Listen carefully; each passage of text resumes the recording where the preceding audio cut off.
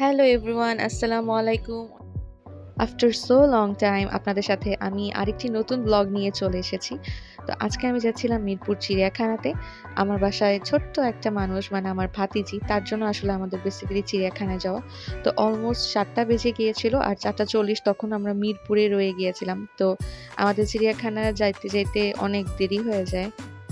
Basically আমরা ৪টার পরে বাসা থেকে বের হয়েছিলাম। সো অনেক দেরি করে আসলে আমাদের বের হওয়া হয়েছে। তো এই তো আমরা এখন যাচ্ছি। আমরা অলমোস্ট ৫টার দিকে চিড়িয়াখানায় পৌঁছে যাই। তো আমার ভাতিজি নামার পর থেকেই দূর থেকে চিল্লাচিল্লি করতেছে যে চিড়িয়াখানায় চলে আসছে। মানে এত ছোট একটা বাবু, মাশাআল্লাহ এখনই এত কিছু বুঝে। ও হচ্ছে দূর থেকে বিভিন্ন রকমের স্কাল্পচার ছিল যে হরিণের, তারপর হাতি, এগুলো দেখেই দূর থেকে চিল্লাচ্ছে চিড়িয়াখানা যাবে। মানে এরকম আরকি অবস্থা। তো আসলে চিড়িয়াখানার জায়গাটাই মূলত বাচ্চাদের একটা পছন্দের জায়গা। বাচ্চারা যে পরিমাণ এক্সাইটেড থাকে এবং আনন্দ থাকে, আসলে আমরা আসলে বড়রা এটার ভিতর গেলে এখন কি ধরনের আনন্দ হয় আমি জানি না। তো আমি আসলে অনেক বছর পর এসেছি, তো দেখা যাক আসলে কি আপনাদেরকে দেখানো যায় এবং আমিও নতুন নতুন কি দেখি। আজকে দুপুরবেলা বৃষ্টি হয়েছিল, তার জন্য হচ্ছে আকাশটা অনেক বেশি অন্ধকার ছিল এবং নিচে দেখা যাচ্ছে অনেক পানি। তো এই কারণে হচ্ছে অন্ধকার, আর আমি যে ভিডিও করছিলাম দেখতে সবকিছু কেমন একটা অন্ধকার অন্ধকার লাগছিল।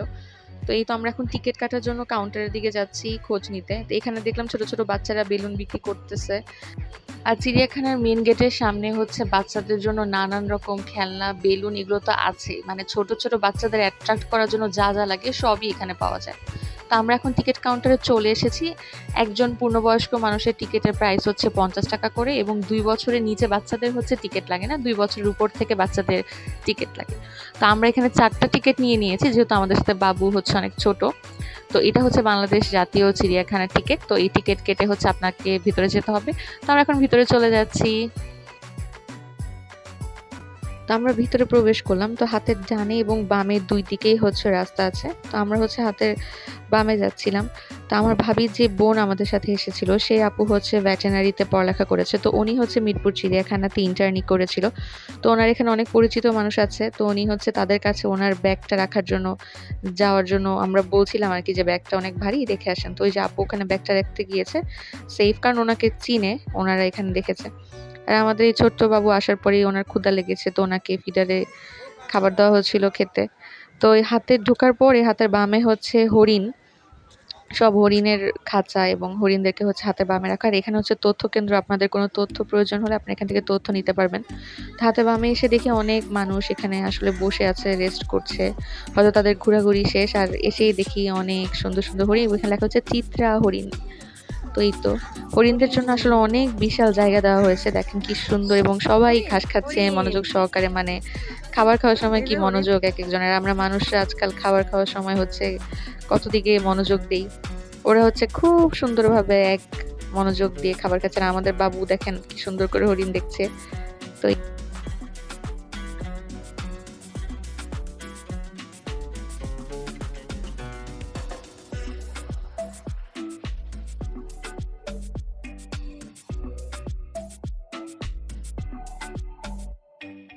আর এই তো আমি হাঁটতে হাঁটতে আরো সামনের দিকে যাচ্ছি এখন। এখানে আসার পর আসলে এত গরম লাগছিল, কারণ বৃষ্টি হওয়ার কারণে হচ্ছে মাটি থেকে যে গরম আসছিল, সেই কারণে হচ্ছে পরিবেশটা অনেক গরম ছিল। তা আমার মনে হয় যে অন্য সময় আসলে আসলে বেশি ভালো লাগবে, যে সময় হচ্ছে বৃষ্টি থাকবে না বা একটু ভালো ওয়েদার থাকবে, ঠান্ডা ঠান্ডা বা বাতাস থাকবে তখন। কিন্তু চারপাশে প্রচুর পরিমাণে গাছ ছিল। আর আগে কিন্তু চিড়িয়াখানা এত জায়গা জুড়ে ছিল না, মেবি বর্তমানে অনেক জায়গা নিয়ে চিড়িয়াখানাটাকে বর্ধিত করা হয়েছে। তো সামনে হচ্ছে বানরের খাঁচা।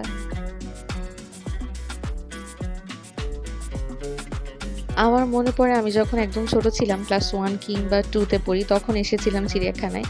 তো তখন ১ম এসেই আমি আসলে বানর দেখেছিলাম। তো আজকেও ঢোকার পর হরিণ দেখলাম, তারপর দেখলাম বানর। তো এটার নাম হচ্ছে রেসাস বানর। আর এখানে সব ডেসক্রিপশন দেওয়া আছে যে কোথা থেকে এসেছে, এটার প্রজাতি কিরকম। তো এই যে বানর বসে আছে, এই বানরটার মনে হয় মন খারাপ ছিল। ও বসে বসে মানে কোনো পাত্তাই দিচ্ছিল না। আমরা অনেক ডাকাডাকি করেছিলাম। আর ওদের চারপাশে হচ্ছে সব কলার ছিলকা এখানে পড়ে আছে। আর এই বানরটা হচ্ছে কলা খুঁজতেছিল, আর ওই পাশের বানরটা কি জানি খাচ্ছিল। তো বানর হচ্ছে সবথেকে চঞ্চল প্রজাতির প্রাণীদের মধ্যে একটা। ওই যে দেখেন কি সুন্দর করে তুরতুর করে উপরে উঠে গেল। তো ওর মুখে একটা কলা। তো আমি দেখতে চাচ্ছিলাম যে এই ছোট্ট বাবু কি এক্সপ্রেশন দেয় বানর দেখে। প্রথমবার জীবনে সামনাসামনি বানর দেখছে, তো ওর কাছে কি রকম লাগছে। আর এই বানরটাকে আমি বারবার দেখার চেষ্টা করতেছিলাম যে ওর কেন মন খারাপ হচ্ছে, কিন্তু ও তো আসলে আমাকে পাত্তাই দিচ্ছিল না। আর ওই যে উপরে বানরগুলা, মানে আরো বানর আছে, পুরো খাঁচা জুড়ে আছে, এর এক একজন এক এক জায়গায় লুকিয়ে আছে, কেউ ঘুমাচ্ছে। আর বিকালের টাইমটাতে আমার মনে হয় সব বানর, সব প্রাণীরা আসলে রেস্টিং টাইমে থাকে, তো ওরা রেস্ট করছিল। এই যে কি সুন্দর করে আড়াল হয়ে বসে বসে কলা খাচ্ছে, আমার এটা খুব কিউট লাগছে এই ব্যাপারটা। আর আমার এমনিতে এনিমেল খুব পছন্দ, আমি একজন এনিমেল লাভার পারসন, তো আমার হচ্ছে এদের ব্যাপার স্যাপারগুলো খুব কিউট লাগে।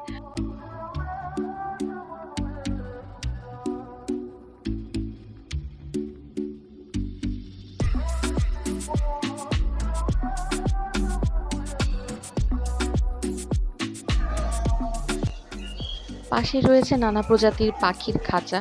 তো ওদেরকে দেখলে আসলে আমার একটু কষ্টই লাগে যে ওদের তো আসলে মুক্ত আকাশে উড়বার কথা ছিল, ওরা এখানে বন্দি।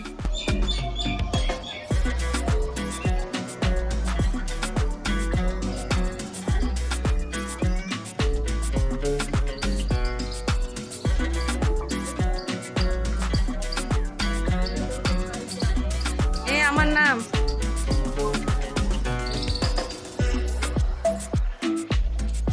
আমি বলে ওইদিকে আছি।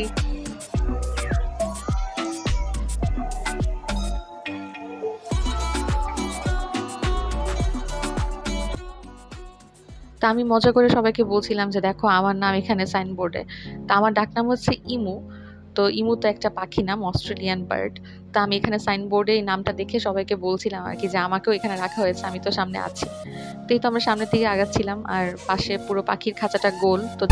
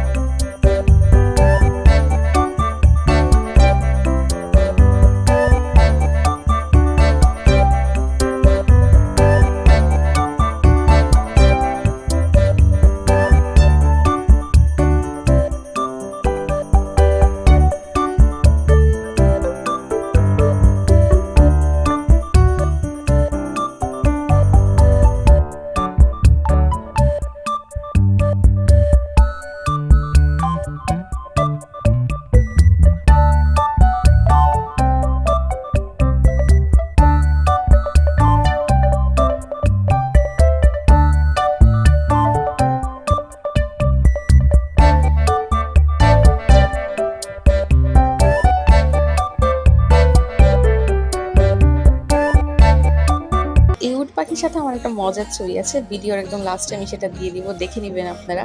আর ওরা খুব সুন্দরভাবে তাকাচ্ছিল, সবার দিকে ডাকলে কাছে আসতেছিল, তো ভালোই আছে।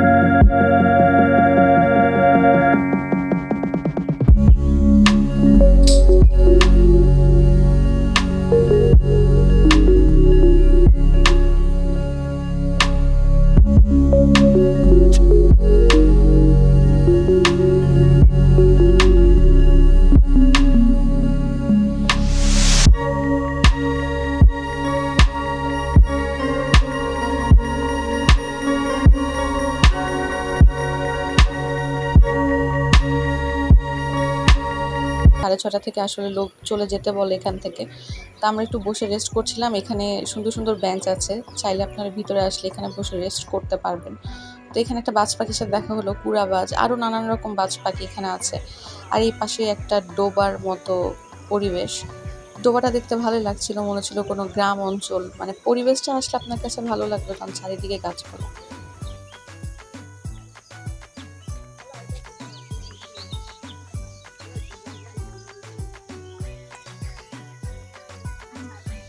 এরা কি?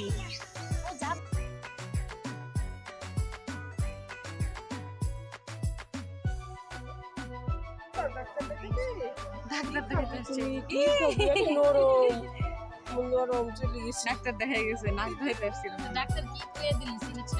হায় হায়, ডাক্তার দি ট্রিটমেন্ট দিল না, ওষুধ দিল না। আয় হায় হায়। আসো আসো আসো, কোলা খাবি বলে।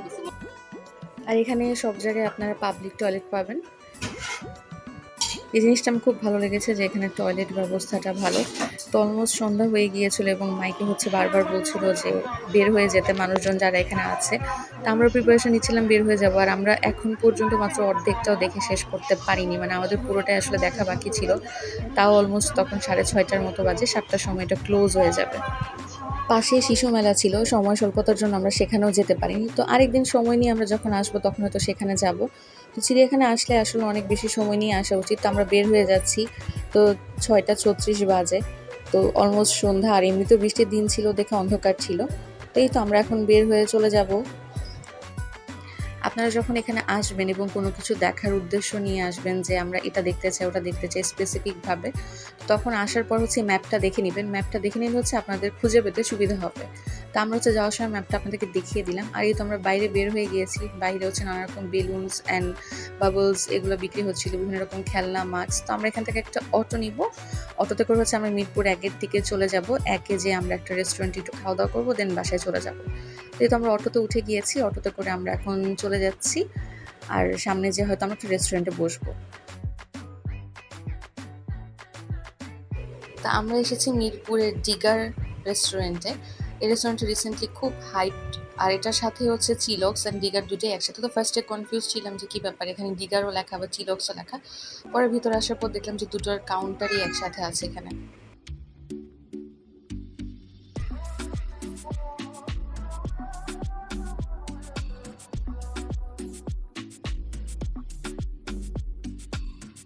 তো চিলক্স থেকে আমরা নিয়েছিলাম একটা রেগুলার ফ্রেঞ্চ ফ্রাইজ, অ্যান্ড ডিগার থেকে নিয়েছিলাম একটা 12-ইঞ্চ পিৎজা, সসেস পিৎজা সামথিং এরকম একটা নাম ছিল। তো পিৎজাটা আমার তেমন একটা ভালো লাগেনি, খুবই এভারেজ। আর ওদের যে সসগুলো ছিল তার মধ্যে গার্লিক সসটা অনেক বেশি স্ট্রং ছিল, গার্লিকের ফ্লেভার, মানে খাওয়ার সাথে সাথে মনে হচ্ছিল পুরো মুখটা গার্লিক গার্লিক হয়ে যাচ্ছে। তো আমরা খাওয়া দাওয়া শেষ করে বাসার দিকে রওনা দিয়ে দিলাম। তো এই ছোট্ট ব্লগটা আপনাদের কেমন লাগলো অবশ্যই জানাবেন এবং লাইক ও কমেন্টস করে পাশে থাকবেন। আল্লাহ হাফেজ।